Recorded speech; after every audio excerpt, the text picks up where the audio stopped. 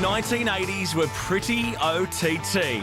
Big hair, big fashion, big opinions. They said, you can't do it, you know, you're not good enough, and women don't make any money in film and all of that. And so I said... Those in the spotlight were shameless and optimistic. Let's play that devil's advocate, Paul. What about if it doesn't work? Don't be ridiculous, Ray. And there was always a steady stream of weird. It feels like that. I mean, there's probably some women out there now taking their G-zones for a quick jog. So grab your shoulder pads and embrace this decade of decadence. This is our top 10 TV chats from the 80s. Would you please welcome Mrs. Jacqueline Stallone? Am I going to call you Jacqueline or Jackie or Mrs. Stallone or Rambo's mum? Anything but Mrs. Stallone. It sounds so old. All right, can I call Jacqueline. you? Jacqueline. All right, Jacqueline. Rambo's mother. You know, it used to be Rocky's mother. Once I got a ticket for speeding. No, for going too slow. And I said, I'm Rambo's mother. They wanted to take me to jail. So I don't know what to call me. All right, Just call me. Do anything but call me. Don't leave me home. When did you start wrestling?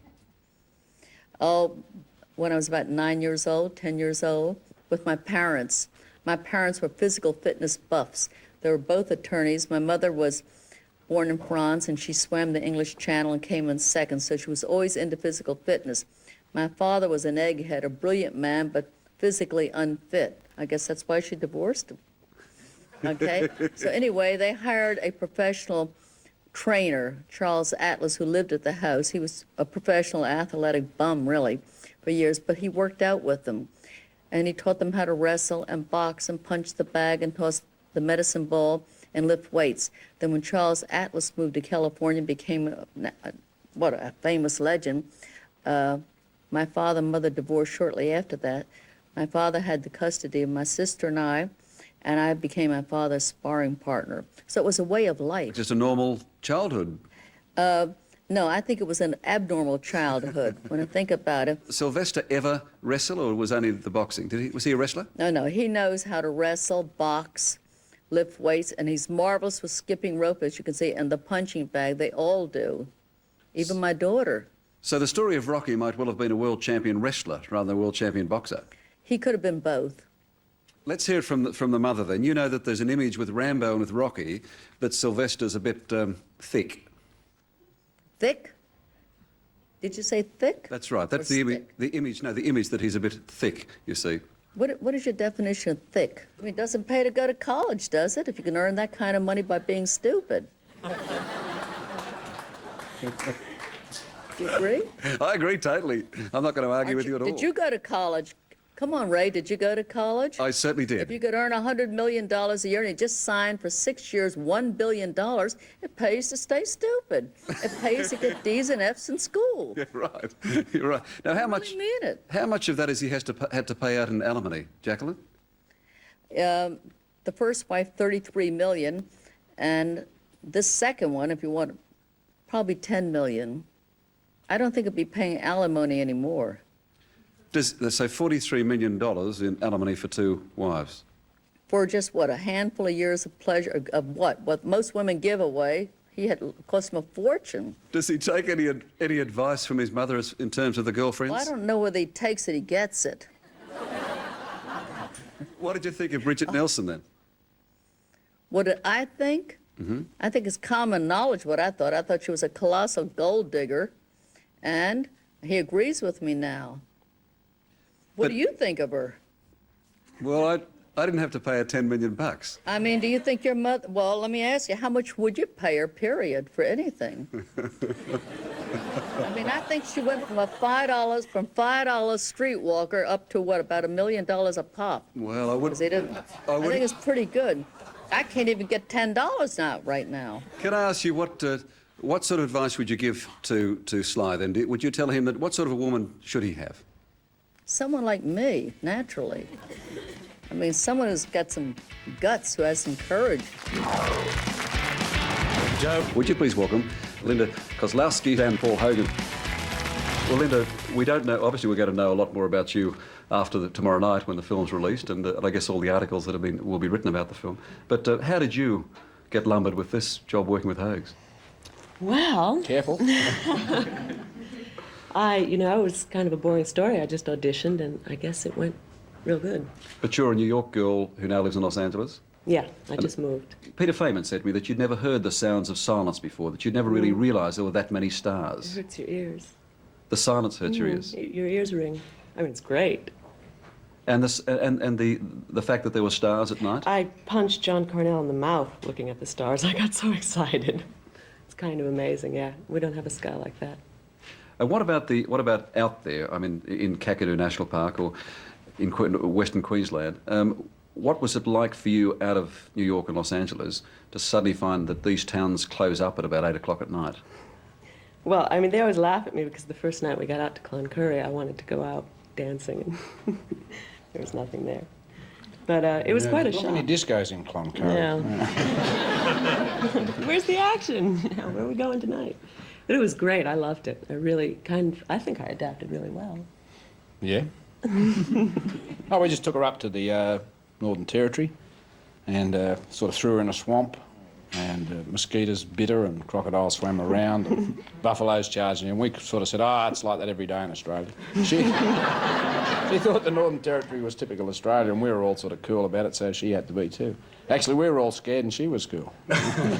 Let's play that devil's advocate, Paul. What about if it doesn't work? Don't be ridiculous, Ray. Right, that's the end of that question. All right, we move right along. I mentioned earlier the Logies the other night, the fact that you wrote your own segment as you normally do. People tend to forget. They know that you get the accolades as a great performer, but you also write it. When you wrote something like Crocodile Dundee, or co-wrote it, did you set out to write it for that Aussie audience again, or you're writing for Americans or the world? For the world. Tend to find Aussie comedies have never worked outside Australia, and I looked at a couple of successful ones and found suddenly the reason occurred to me why they're sort of written for high school boys to a certain extent. Your Alvin Purple Rides Again type movie, which is full of boob jokes, and Basil was full of bodily functions, and I howled with laughter with them when I was a school kid. But ladies don't laugh at them. And our humour was sort of a little bit toilety. So I thought, no, I'm going to write a comedy movie that men, women and children will laugh at. That was the premise on which I started. But how do you go about it? I mean, if you prepare for something like, let's say, the Logies the other night, and certainly the movie, do you actually perform in front of a mirror? Do you bounce things off your wife? Or? Never in front of a mirror, because I always imagine I'm a lot better looking than I am. When you look in the mirror, you sort of go, what? I thought I was a lot smoother than this. So, no, I never look in the mirror, and I don't sort of work. I just think about what I'll say, and I write down a few notes, and then I go on and I do it. But if you're in a movie, then you've got to do a kissing scene from 5 different directions. You've got to do the rest of the scene. So you can't afford to ad-lib too much. You've got to keep pretty much to a script, haven't you? Oh, yeah, with a movie you stay to a script, but, being the author, if I muck anything up or change it, I say, I wanted to change it. So I've got that excuse. I found it. The kissing scene was good, wasn't it? Mm. We got a kissing scene. There's a couple of them, of course. But the first one we did, you sit down, and it was just supposed to be the two of us alone, nowhere. And you sit down and we kiss. And then you look over your shoulder and there are 27 people standing around you like this. And then they say, like, he should have turned his head a bit more the other side. What are you doing? She could have lifted her chin up and everything. We said, do it again. I thought we'd do this kissing, which we didn't mind. I didn't mind. About 14 times, but each time you do it, the little panel walks in and discusses whether your lips move too much. And I thought, how in the name of God does anyone ever make a pornographic movie? There's a little panel, no, sort of... Must be impossible. Joe Cocker, ladies and gentlemen. Joe was 40 years of age yesterday. How'd you celebrate? Good point. I don't remember much about the day. I started a little too early, Did you a little too early? Yes, really, but not too many embarrassments. I could scrape through, I was saying before, she only really knows about you what she reads in the papers. But it seems to be that Joe might be a quieter man these days because the headlines aren't nearly as big. I'm still a rock and roller at heart, And we have a lifestyle, as your band know. Look at them looking at me. Yes. They're with you. You can never quite change. You can sort of modify it a little bit. But I'm content these days to go out and give the kids some good music. Did those headlines worry you back in those years when they were, quite rampant? Well, the first trip down here, I wasn't ready for it, I must admit. Why weren't you? But, because I didn't, Australia, I didn't know, I knew exactly, kissing cousins or whatever you call it, but I wasn't, it was all right. I mean, we got through it, and, these days I love the audiences down here. They always, we call them the Melbourne Country Club, I was going to say, but the Melbourne Bridge Club. My lead guitarist call the audience, because they're a very subdued crowd, right? But they're with you, though, don't you? Yes, I feel it, because I'm saying that's the difference of English, Australian thinking, you can tune in. But what are the best to play to? Any particular country that, you really enjoy it more than any other? I haven't toured the States in a while. I mean, the American audience, They're pretty good to you, weren't they? Yes. Years gone by. Yeah, but I did myself some harm. I'm just trying to make up for the, What sort of harm over there in America? God, getting to know Jane Fonda, I think. Right? What do you mean by that? Well, I rent a house from her, Jane. Yeah. And I'd like to touch you if you know Jane Fonda. God, ever since I've been in there, there've been helicopters zooming over all the time. I think they're trying to figure out if I'm growing marijuana or something, And were you? No, that's what I mean. Reagan only lives down the road, so I have to be very cool.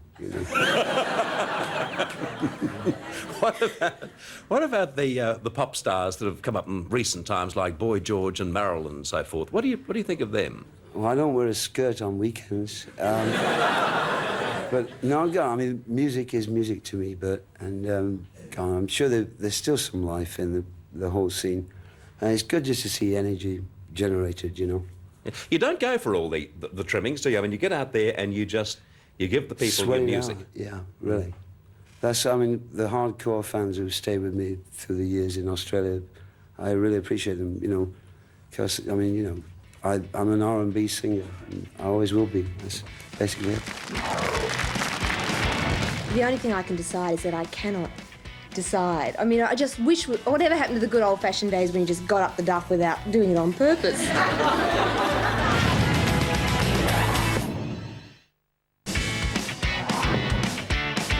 Please welcome Kathy Lett. Why are you worried about yes or no in terms of childbirth? Are you having a midlife crisis? Well, I'm 27, thank you, but all my friends are in their mid-30s and they've suddenly decided to get pregnant. Everybody, their biological clocks are ticking away there. And they're all pregnant. They're pressuring me to do the same thing. And I know it's supposed to be the great age of options and all that, but the only thing I can decide is that I cannot decide. I just wish, whatever happened to the good old-fashioned days when you just got up the duff without doing it on purpose.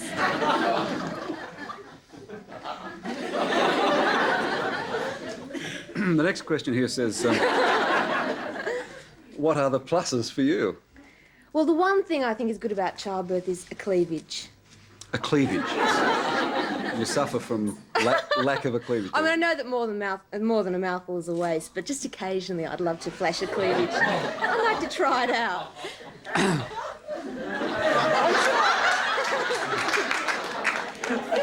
And what about the minuses, Kathy?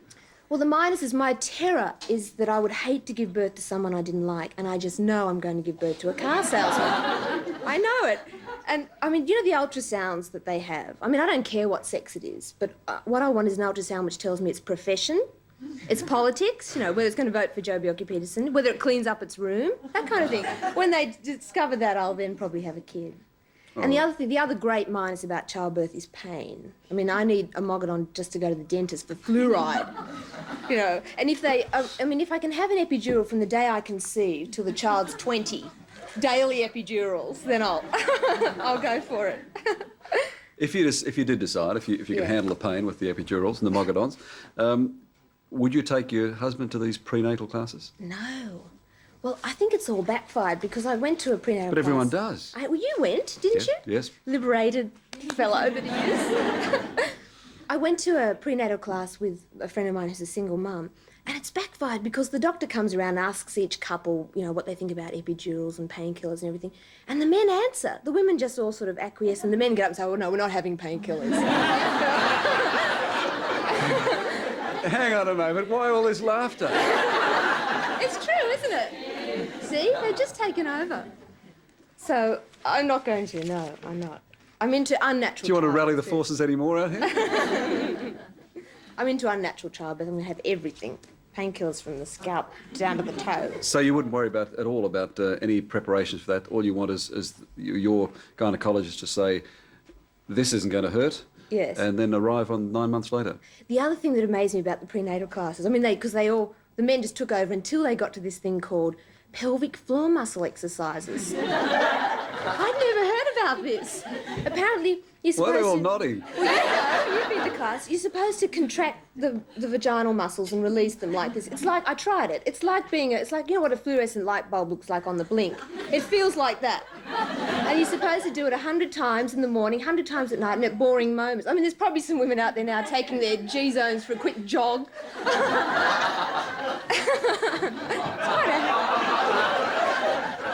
It's quite a handy hit. It gives a whole new dimension to bank queues as you sort of stand there searching everyone else's face. Who else is doing this? Jeffrey?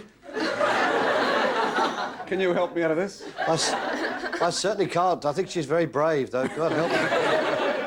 It doesn't feel bad, actually. I'm doing it now. Excuse me, Ray. What? Bob, could you help me out of this, please?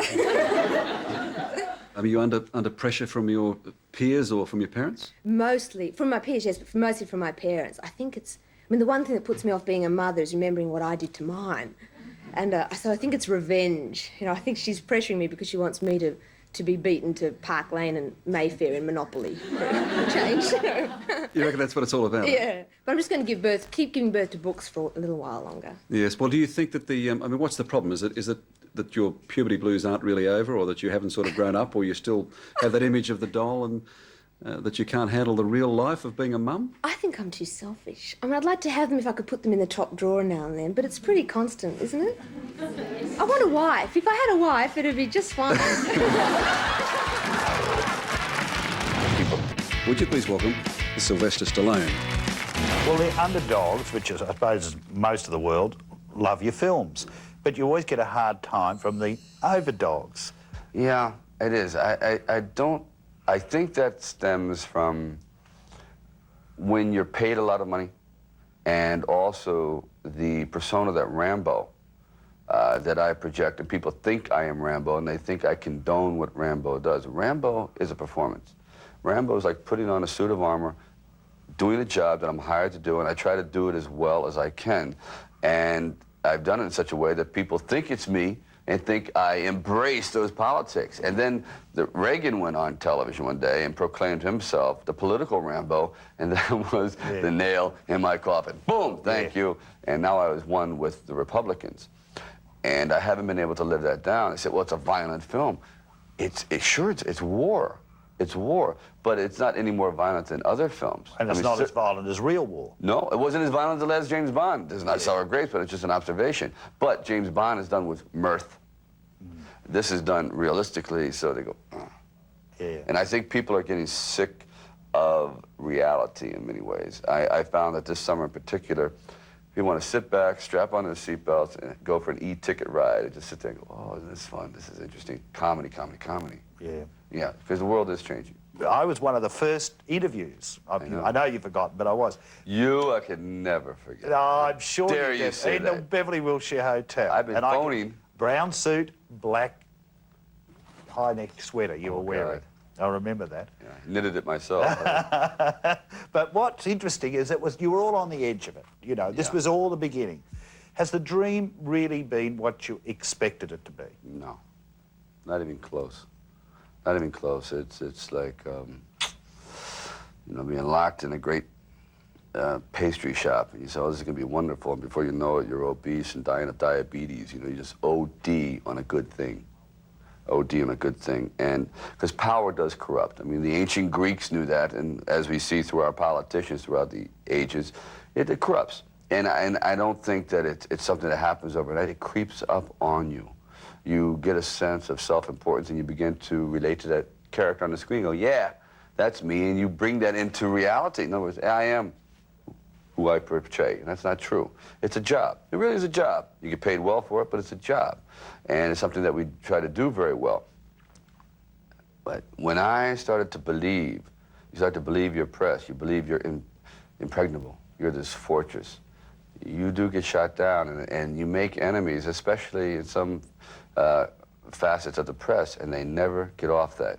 But so it's brought, and then privately, it's also been kind of a hell too, because I felt as it damaged whatever serenity I had in my private life. I don't think I couldn't handle it all. It was just too overwhelming. Although you hated the motivation to work, to keep going, yes. Hollywood has a stimulus that very few places have.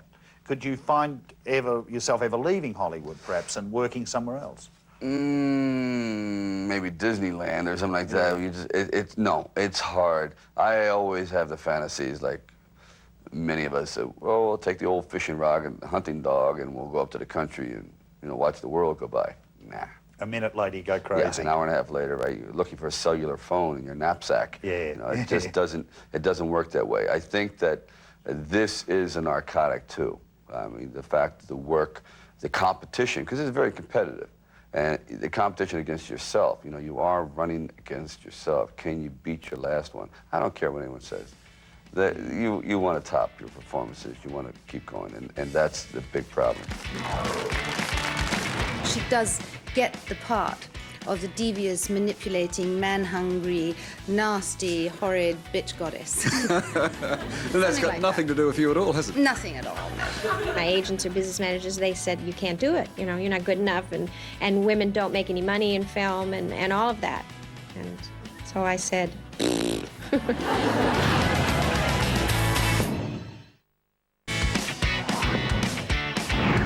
Ladies and gentlemen, Miss Sophia Loren. Beauty obviously comes from within too, doesn't it? Well, I think it's not something that I have discovered myself. I think this is something that everybody should know. I think physical beauty, it doesn't last very long. It lasts very little. You're not 20 years old for a long time. And so I think that if you want to be beautiful for a longer time, you have really to rely on your inner qualities. But not just because you want to be beautiful forever, but just because I think that the relationship with people is much better because you use your charm, you use your kindness, and you know how to talk with people. And I think it's a very nice way to live anyway, for everybody. Of the people we know, Men world and figures, women. yes, just going to say, of both men and women that we know on the public stage, who are beautiful to you? Marcello Mastroianni, because he has great charm. Cary Grant, because he has a great sense of humor. And among the women? Among the women, I could tell you one, but I don't know her at all. I just saw her in a performance that I liked very much. It was Jessica Lange. Mm-hmm. Because in this picture that I saw, she really gave one of the most beautiful performances I've ever seen. The film was Frances. And the beauty that came from within, it was really something outstanding. What about movie making today in comparison to the early years? We've talked about the fact that you don't think it was harder back in your years, but the quality of movies, are as many quality movies being made today? How would you compare the two eras?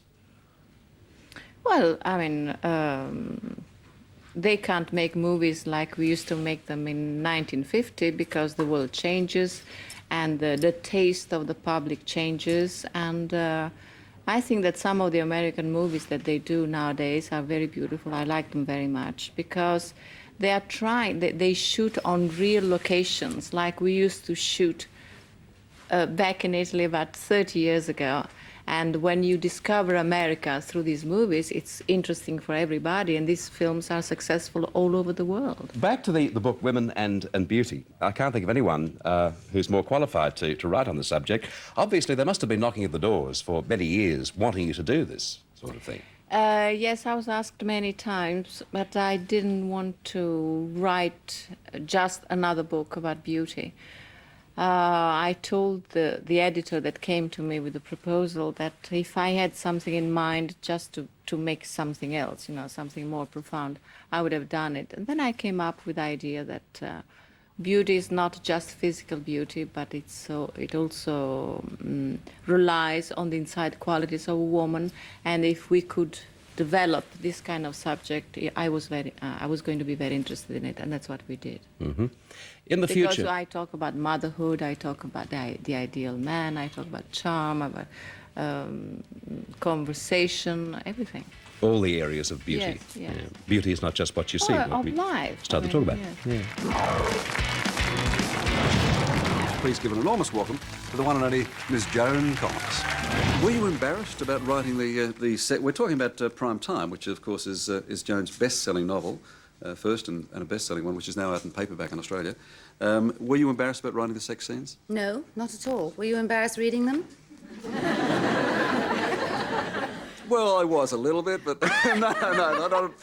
But Oh, well, but they're I read. not too kinky. I mean, they're just sort of nice, heterosexual, normal, erotic sex, mostly. Now, I guess the guessing game in Hollywood was, when this was coming out, given the fact that there was some controversy about your autobiography, the guessing game was who was whom. Yes. Can you say off the top, I mean, was the character Chloe, who is the one that people associate with you, I mean, how much is that based on you? Quite a bit, actually. When I first started to write Chloe, I had her as a sort of half Jamaican singer. I sort of vaguely had Shirley Bassey in mind. I don't know why. And then as I wrote her more and more, she came out more and more like me. And I started to worry about that, and I said to various friends of mine who were writers, do you know, it doesn't seem, whatever I do, however I try to change this character, she just keeps on coming out with a lot of my characteristics. And they said that's a perfectly normal thing for all writers. You always, on your first book, your first novel, you always have a character that is very much like you. So they said, just go with it. So I just went with it. And Chloe Carrier, although physically not like me particularly, has got a lot of my characteristics. And of course, she does get the part of the devious, manipulating, man-hungry, nasty, horrid bitch goddess. That's got like nothing to do with you at all, has it? Nothing at all, no.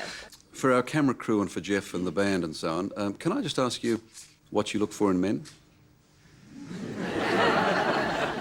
What I look Wouldn't for be in for men? me, Jane. It's got nothing to do with my Well, how do you know I'm looking for something? No, but normally, if you're out there looking. Well, if I was out there looking, I suppose I would have to look for somebody with humour, kindness, and somebody who felt that women were just as good as men were. Right, okay, so someone yeah. the non-male chauvinist. Yes, I don't like chauvinists at all. And I'm not particularly keen on men with a lot of money, because I think that they can always feel that they can buy women. Would it be fair to say that you're a lady who needs men? Do you need men?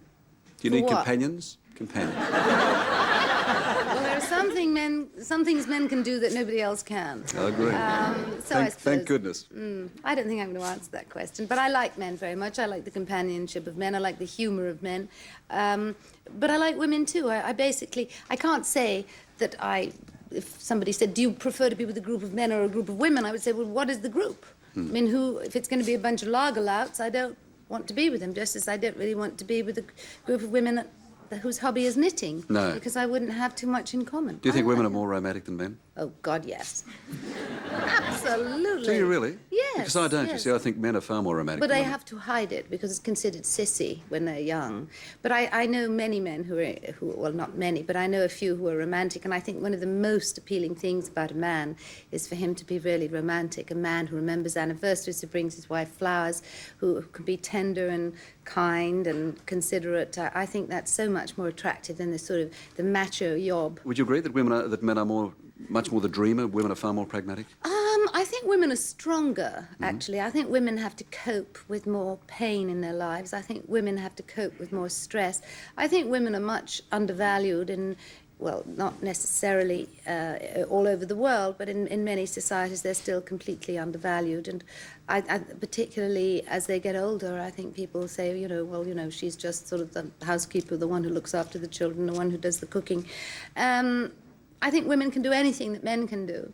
And women can actually do many things that men can't do, like having babies, for example. I mean, you could actually get rid of all the men in the world as long as you had the sort of a sort of supply of something, and you could impregnate all the women in the world, but you couldn't get rid of the women. No, be pretty. I said that to my son once. He was completely shocked. Be a pretty boring world, though, wouldn't it? Oh God, yes, absolutely. But it could be done. So women are really more important. We have as our special guest Sally Field. It's one thing to have a success in one series like Gidget, but then you go along and you get the offer of the role in The Flying Nun. But I read that you believed that you'd sold yourself out.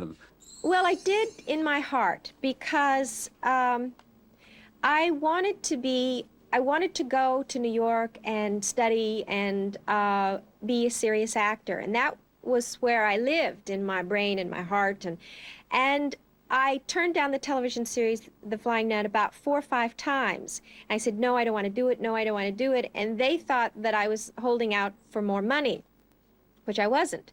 And then it got to the point that I got scared. Someone said to me, you better take it, you may never work again. And I was 19, 18, and I got scared. And I said, maybe I won't, maybe I better do it, rather than having some sort of faith in myself and going to New York and starving to death or whatever it took. But ultimately, you know, these things turn out all right. I did the right thing in some strange way. I did the right thing for myself. The move that you made from the successful television series, then to be taken seriously to get into Hollywood, was that difficult? Yes, it was. I'm afraid, you say, I'm afraid to keep quoting. I read that your agent didn't have enough faith in you, and that almost in one fell swoop that you dumped the agent, the husband, left the house and went for it. I kept the kids, though. I kept the kids. This was a good... Didn't throw those kids away. No, this is what I did. I just got mad one day and said... I think it was a long parade of events that maybe, you know, taking The Flying Nun was one of them, because I kept feeling that I wasn't reaching out for my dreams. And I thought to myself, gee, the time you're supposed to risk it and reach out for your dreams is when you're young. What am I going to do? I'm going to reach out for my dreams when I'm, 70? It doesn't seem right. So I, at that time, decided I wasn't going to do any more television. And when I told this to the people that were working with me, my agents or business managers, they said, you can't do it. You're not good enough. And women don't make any money in film and all of that. And so I said... Well, obviously, worked for you, didn't it? Yeah. Was the Smoking the Bandit, was that the most important move that you made in terms of getting into Hollywood? At least at that stage, your face was up there, and you were viewed, instead of just the Gidget, you're now being viewed as a fairly sexy lady. No, it really wasn't, actually. Maybe that's the one that you became aware of, but in the United States, I had done a very arty film called Stay Hungry with Bob Rafelson that 35 people saw, but they liked it, so that was an important thing. And then I had won an Emmy for a television movie that I did called Sybil. Yes, we saw that here, in fact. We saw that. That was wonderful. Yes. They were very heavy-duty acting. And then I took a risk and I did Smoking the Bandit, which was really a risk because I was already heading in a direction of, being a serious actor. And then I did Smoking the Bandit, which was fluffy and highly commercial and, wasn't Macbeth. So it was a risk, it was a gamble, and, luckily it paid off for me, not only career-wise, but at that time in my life, personally.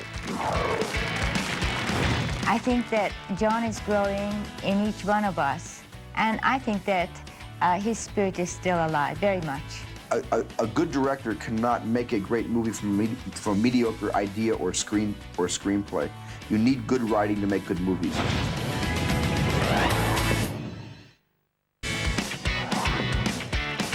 Would you please welcome this Yoko Ono? Now, what are you doing? Certainly, if one reads the headlines that we get in Australia and the gossip and the nonsense, there's a difference between whether you're guarding the legacy of John Lennon or whether you're promoting the legend. Which are you doing? Well, I think that John's power is a very strong power, very energetic, and it gives a lot to people. So I think that we should share, and it's very nice. if you think that's promotion, I think it's promoting the growth of the world. John said, I'm the famous one, but she's the teacher. I'm the pupil. Was he being modest?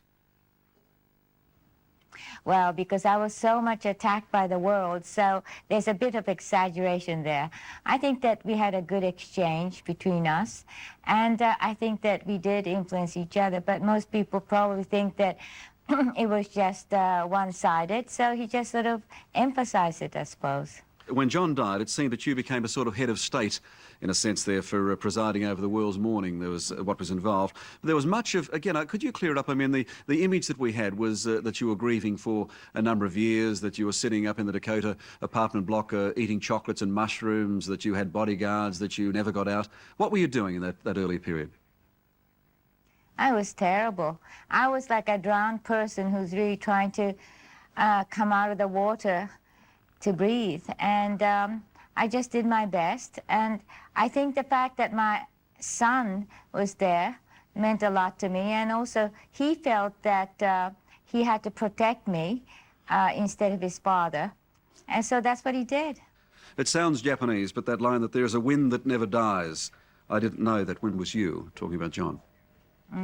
Yeah, that's true, because I used that line in one of my poetry, and John said, oh, it's a nice line, but I didn't know that that was about John. It's extraordinary, 9 years since John was killed, but a quote that is in the book Imagine, that's attributed to you, that I'd like to read again. You saying, there was a time when the world thought his voice was silenced by a gunshot. It wasn't. John is still singing. John is still talking. How's he doing that? Well, through his work, and through his statements, and through his artwork as well, music and words. And I think that his spirit is still alive, very much. Would you please welcome Steven Spielberg?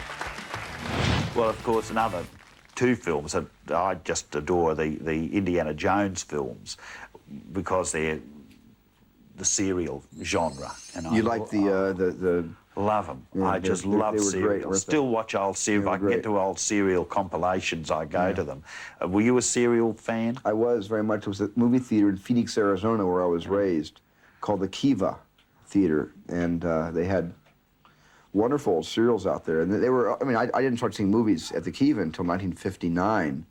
And they were running serials that were made in the late 40s at the Kiva. There were, things like Flash Gordon series, the Zorro serials. There were just some wonderful serials that used to show there. And I was bitten by the same bug I suppose George Lucas was bitten by, because Raiders was not my concept, it was George's concept. And he came to me with this idea. I didn't come to him. Well, it's been an extraordinary success. Do you plan to do any more Indiana Jones films? I started shooting the third one, as a matter of fact, in 8 weeks. Really? Yeah. Oh, 8 weeks, great. we start number 3. Yeah. Which is going to be with Harrison again. Yeah. Who else? If he weren't doing it, we wouldn't be doing it either. Yeah. It'll be the last, I believe, of the Indiana Jones. George and I only agreed to make 3 of them back in 1980. So this is the third and last installment in the trilogy of Indiana Jones movies. You're a sensitive man. Did it hurt that you didn't get a nomination for Empire of the Sun? Well, I don't think it has much to do with sensitivity. I think I become a crusty man, where awards are concerned. I think I have a pretty strong outer layer now. I'm not the turtle who goes into his shell, but I've become a bit of a reptile about these nomination things. And at this point, all I can say is I'm used to it. So well, after this wasn't Color Purple was a little more of a. I felt that a lot more than I felt, not getting it for Empire of the Sun. I think the Color Purple thing pretty much, put a little bit of a reptilian shield on me that protected me for what happened this year. So I don't have any bad feelings about this at all. Last year, when you accepted the humanitarian award at the Oscars, you said, "Don't let's lose touch with the written word." Mm-hmm. What were you trying to say? That you believe that the films are just becoming too automatic, that they are becoming too computerised, that we should get back to damn good scripts? And for one thing, I wasn't lecturing the Academy. I was almost talking to myself. I was almost telling myself, and telling indeed anyone else who wanted to listen to what I had to say, I was telling myself that the play is the thing. We've heard that from the beginning of time, and you have to start with a good idea. You have to start with the written script.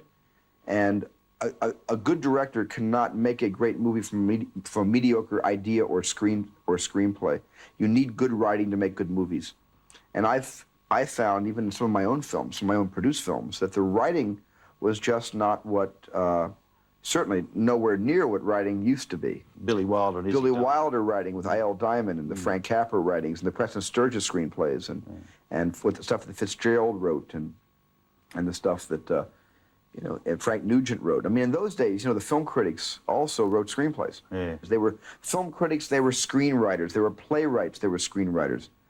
And I think we've kind of lost that today, generally speaking. Generally speaking. There are wonderful exceptions. Childhood has enriched you as an adult. You've never lost touch with that. The child has never left the man. Have you run out of ideas yet? Oh, no, my problem is I have too many ideas about my childhood and too few ideas about my current status as a 40-year-old, having just turned 40 in December, with a child now, and responsibilities I never had before. And so the struggle in me to express myself as an adult is continued. It is continually undermined by the nagging child pestering me to play with him out in the yard every day. And so I am torn between the kid wanting me to play in his movies and the adult tugging on me to make more serious adult-oriented films.